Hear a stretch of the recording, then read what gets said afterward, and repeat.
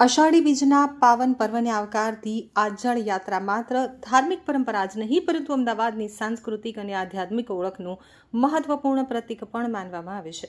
દર વર્ષે હજારો શ્રદ્ધાળુઓ આ પ્રસંગે મોટી સંખ્યામાં જોડાઈ ભગવાનના દર્શન અને આશીર્વાદ પ્રાપ્ત કરે છે.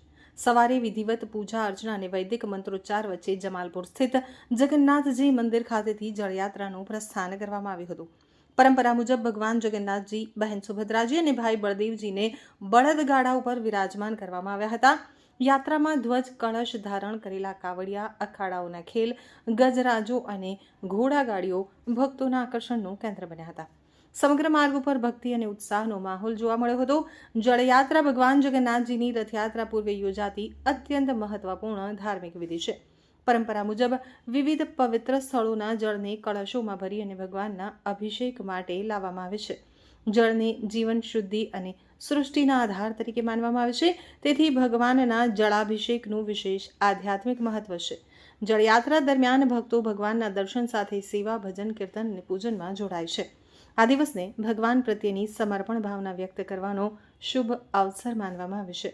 જળયાત્રા નિજ મંદિરેથી પ્રસ્થાન કરી સાબરમતી નદીએ ભૂદરના તટે પહોંચી હતી. ત્યાં વૈદિક અને શાસ્ત્રોક્ત મંત્રોચ્ચાર સાથે પિત્તળના 108 કળશમાં નદીનું પવિત્ર નીર ભરવાની વિધિ સંપન્ન કરવામાં આવી હતી. 108 કળશથી જળાભિષેક અને ગજવેશ દર્શન બાદ ભગવાન 15 દિવસ મોસાળ સરસપુર જશે. હિન્દુ ધર્મમાં 108 આંકડો અત્યંત પવિત્ર માનવામાં આવે છે. 108 ઉપનિષદ, 108 દિવ્ય નામ, 108 મણકાની જપમાળા, 12 રાશિ અને 9 ગ્રહનો ગુણાકાર આધ્યાત્મિક પૂર્ણતાનું પ્રતીક. આ કારણે ભગવાનના અભિષેક માટે 108 કળશનો ઉપયોગ કરવામાં આવે છે. દરેક કળશ વૈદિક મંત્રોચ્ચાર સાથે પૂજિત કરવામાં આવે છે. ત્યારબાદ ભગવાનના જળાભિષેકમાં તેનો ઉપયોગ થાય છે. જળયાત્રાના દિવસે સાબરમતી નદીના સોમનાથ બોદરના આરેથી વૈદિક મંત્રોચ્ચાર સાથે 108 કળશમાં પવિત્ર જળ ભરવામાં આવે છે.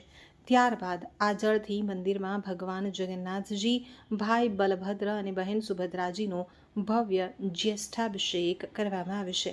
નદી કિનારેથી પવિત્ર જળ લાવવા માટે હાથી, ઘોડા, પાલકી અને બેન્ડ વાજા સાથે અનેક ભવ્ય શોભાયાત્રા નીકળે છે, જેમાં મોટી સંખ્યામાં સાધુ, સંતો, શ્રદ્ધાળુઓ જોડાય છે. તો અમદાવાદની જગ વિખ્યાત રથયાત્રા માત્ર ધાર્મિક મહોત્સવ નથી પરંતુ શહેરની સામાજિક અને સાંસ્કૃતિક એકતાનું પ્રતીક પણ છે. દર વર્ષે લાખો ભક્તો ભગવાન જગન્નાથજીના દર્શન માટે ઉમટી પડે છે અને રથયાત્રા દરમિયાન શહેર ભક્તિમય રંગમાં રંગાઈ જાય છે. તો આવતી 16મી જુલાઈએ યોજાનારી 149મી રથયાત્રાને લઈ અને મંદિર ટ્રસ્ટ, પોલીસ તંત્ર અને સ્થાનિક વહીવટીતંત્ર દ્વારા તૈયારીઓ તેજ કરવામાં આવી છે.